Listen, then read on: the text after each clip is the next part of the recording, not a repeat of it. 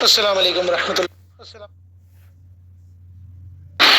السلام علیکم ورحمۃ اللہ وبرکاتہ۔ یہ ایک ویڈیو ہے جس میں حضرت عمر رضی اللہ تعالیٰ عنہ کے حوالے سے انتظامی امور کے ایڈمنسٹریشن کے حوالے سے جو ان کے مین پوائنٹس ہیں ان کو جو ہے وہ مد نظر رکھا جا رہا ہے اور ان کو دیکھا جا رہا ہے۔ اس میں بنیادی طور پہ کچھ جو چیزیں ہیں وہ پہلے مین پوائنٹس ہم صرف نام ان کے ڈسکس کر لیتے ہیں۔ کنسلٹیشن کمیٹی سے مراد یہ کہ مشورے کے لیے ایک مخصوص کمیٹی ہے جس میں کچھ مخصوص افراد ہیں جن سے مشورہ کیا جاتا ہے ہر معاملے کو لے کے، اور اس کے بعد ان لوگوں کے مطابق فیصلے کو صادر کیا جاتا ہے۔ اس میں ایک بات ذہن میں رکھیے گا کہ خلیفہ ہونے کی حیثیت سے خلیفہ کا اختیار ہے کہ وہ ان مشوروں پر عمل کرے یا اپنا کوئی فیصلہ ذاتی صادر کرے۔ ٹھیک ہو گیا؟ اچھا، نیکسٹ ہے پولیٹیکل میں آپ کا ایک اسٹیچر آ جاتا ہے کہ پولیٹیکل ایڈمنسٹریشن جو ہے وہ اس کو کس طرح سے تقسیم کیا گیا ہے۔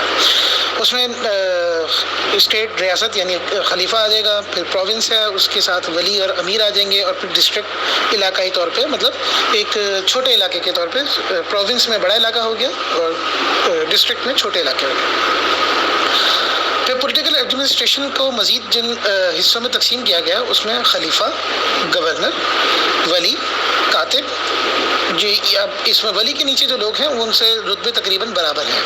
کاتب الدیوان، صاحب الخراج، صاحب الاحداث، صاحب بیت المال اور قاضی۔ ٹھیک ہے، ان کی مزید تفصیل اب آگے آئے گی۔ کاتب کیا ہوتا ہے؟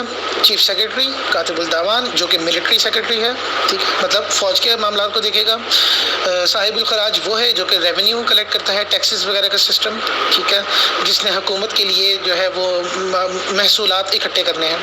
صاحب الاحداث پولیس چیف، پولیس کے چونکہ ادارہ بنایا ہی حضرت عمر فاروق رضی اللہ تعالیٰ عنہ نے تھا، تو اس کا جو سربراہ ہے وہ صاحب بیت المال، ٹریجری آفس، مطلب جس کے پاس جب یہ ریونیو والے جو ہیں وہ پیسہ اکٹھا کر کے جس بندے کو دیں گے، اور اس مال کی ساری حفاظت اور اس کی ڈسٹریبیوشن کرنے والا جو ہے وہ صاحب بیت المال ہے۔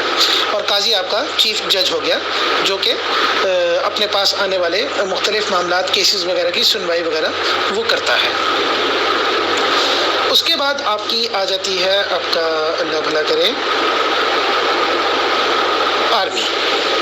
آرمی کو دو حصوں میں ڈیوائڈ کیا گیا ہے۔ ایک ریگولر آرمی، ٹھیک ہے، اور اس کے علاوہ ایک وہ آرمی جس کو جب بھی ضرورت پڑے اس کو بلایا جا سکے۔ ان میں اس کے علاوہ ملٹری سینٹرز، یہ ایسے تھے جو کہ مختلف جگہوں پر قائم کیے گئے تھے: مدینہ، کوفہ، بصرہ، موصل، فسطاط، دمشق، مطلب اردن اور فلسطین۔ ٹھیک ہو گیا؟ یہاں پہ ان کے لیے بیرکس بنائے گئے تھے، بڑے بڑے استبل بنائے گئے تھے۔ اس کے علاوہ ان میں یہ انتظام بھی کیا گیا تھا کہ سب لوگوں کا ریکارڈ بھی رکھا جائے کہ مطلب کتنا اسلحہ ہے، کتنے گھوڑے ہیں، کتنے افسران ہیں، کتنے فوجی مجاہدین ہیں، نارمل عام فوجی ہیں، اور اس کے علاوہ ان کے اوپر کیا اخراجات وغیرہ ہو رہے ہیں، یہ سب رکھا جاتا تھا۔ فوڈ سٹورز بھی یہیں پہ ہوتے تھے۔ اچھا، اس کے علاوہ ان کے ایک باقاعدہ جاسوسی کا محکمہ بھی ترتیب دیا گیا تھا۔ ٹھیک ہو گیا؟ اور آرمی جو ہے وہ ایک بیسکلی سرکاری ادارے کے تحت جو ہے وہ قائم کیا گیا تھا۔ ان کے جو کیا ہے تنخواہیں ہیں وہ اپنا جو سینئر ہے، مطلب جس کا تجربہ زیادہ ہے، اسی کی بنیاد پر تعین کیا جاتا تھا، اور تجربے کی بنیاد جو ہے وہ جس نے اسلام قبول کیا ہے اس کے حساب سے۔ مثال کے طور پہ ان کی تنخواہ کچھ تھے کہ جو مجاہدین بدر کے تھے ان کے لیے 5000 درہم، جو احد کے مجاہدین تھے، پھر مطلب اس میں احد کے وقت مسلمان ہوئے تھے، ان کے لیے 4000 درہم، پھر جنہوں نے فتح مکہ سے پہلے جو ہے وہ وہاں سے ہجرت کر لی تھی ان کے 3000 درہم، جنہوں نے فتح مکہ کے وقت اسلام قبول کیا تو ان کی سیلری جو ہے وہ 2000 درہم مقرر کی گئی تھی۔ پھر آ جاتے ہیں آپ پولیس فورس پہ۔ ٹھیک ہو گیا جی؟ پولیس فورس جو ہے یہ احداث کے نام سے جانی جاتی تھی، اور ان کے افسران کو صاحب الاحداث کے نام سے جانا جاتا تھا۔ حضرت عمر فاروق رضی اللہ تعالیٰ عنہ نے 5 گھر جو ہے وہ مکہ میں خریدے، اور ان کو ایز ایز اے پریزن جو ہے وہ وہاں پہ استعمال کیا جاتا تھا. ٹھیک ہے. ان کے لیے کچھ مخصوص ہدایات بھی ہوتی تھیں کہ کسی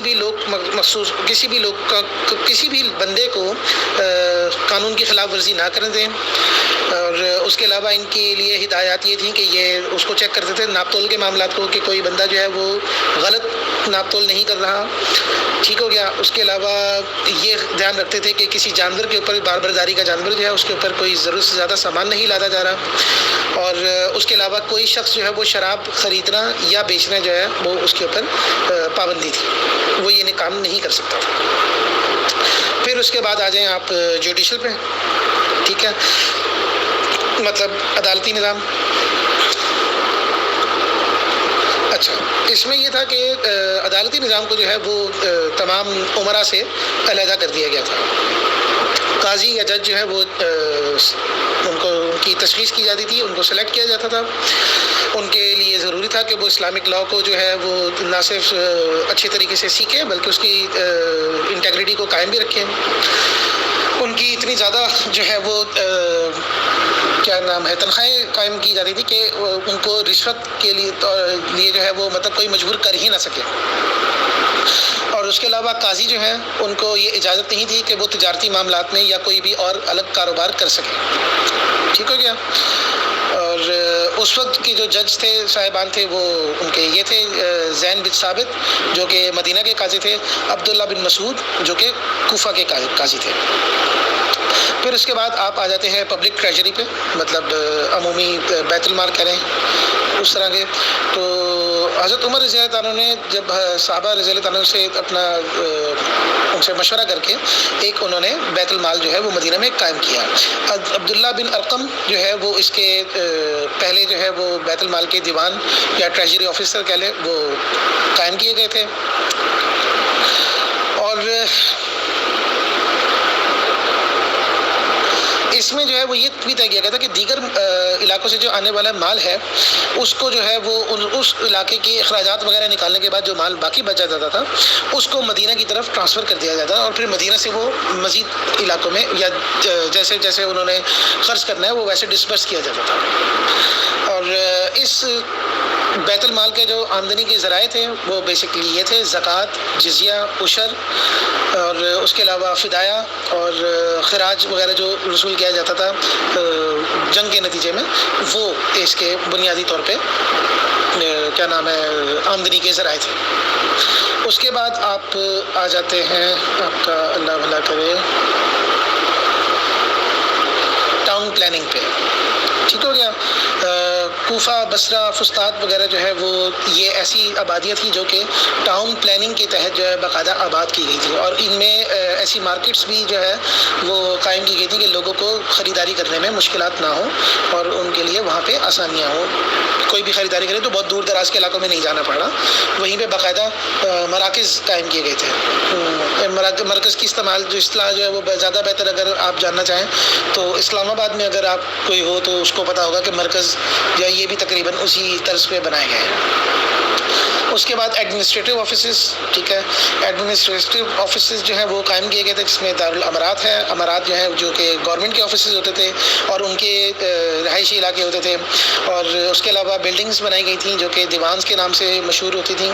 اور یہ دیوان جو ہیں یہ بیسکلی تمام تر کاغذی کارروائی وغیرہ کر کے اور ان کا ریکارڈ رکھنے کے لیے استعمال ہوتے تھے. اور اسی کے ساتھ جو ہے وہ بیت المال کی بھی جو ہے وہ بلڈنگیں تعمیر کی گئی تھی جہاں پہ تمام تر مالی چیزیں جو ہے وہ رکھی جاتی تھی. اس میں اناج وغیرہ بھی ہوتا تھا اور اس میں مالی شکل میں بھی جو صورتیں ہیں زیورات وغیرہ یا جواہرات وغیرہ اور سکے وغیرہ یہ سب بھی وہیں ہوتے تھے. اچھا, اس کے علاوہ جو ہے وہ ان کا ایک پورا انہوں نے سسٹم جو بنایا ہوا تھا جو کہ نہری نظام اور سڑکوں کا نظام تھا. ہر جگہ پہ جہاں پہ بھی جاتے تھے وہاں کھیت کھلیان کے لیے اسپیشلی وہاں پہ نہریں کھودی جاتی تھیں. ابو موسیٰ کنال جو ہے جو کہ 9 میل لمبی کنال تھی اور جو کہ تگریز سے بصرہ تک جو ہے وہ پانی کو لے کے آتی تھی.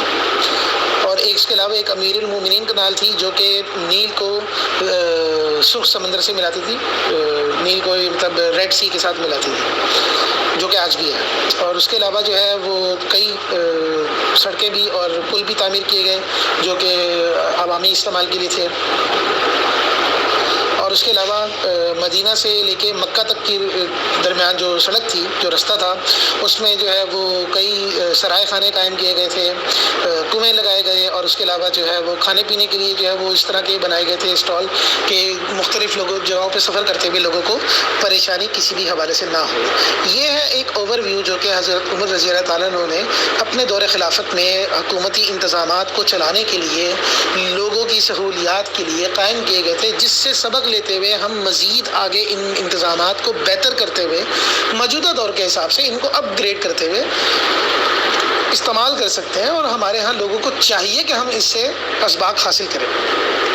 اللهم صل على محمد وعلى آل محمد كما صليت على إبراهيم وعلى آل إبراهيم إنك حميد مجيد اللهم بارك على محمد وعلى آل محمد كما باركت على إبراهيم حاصل کریں۔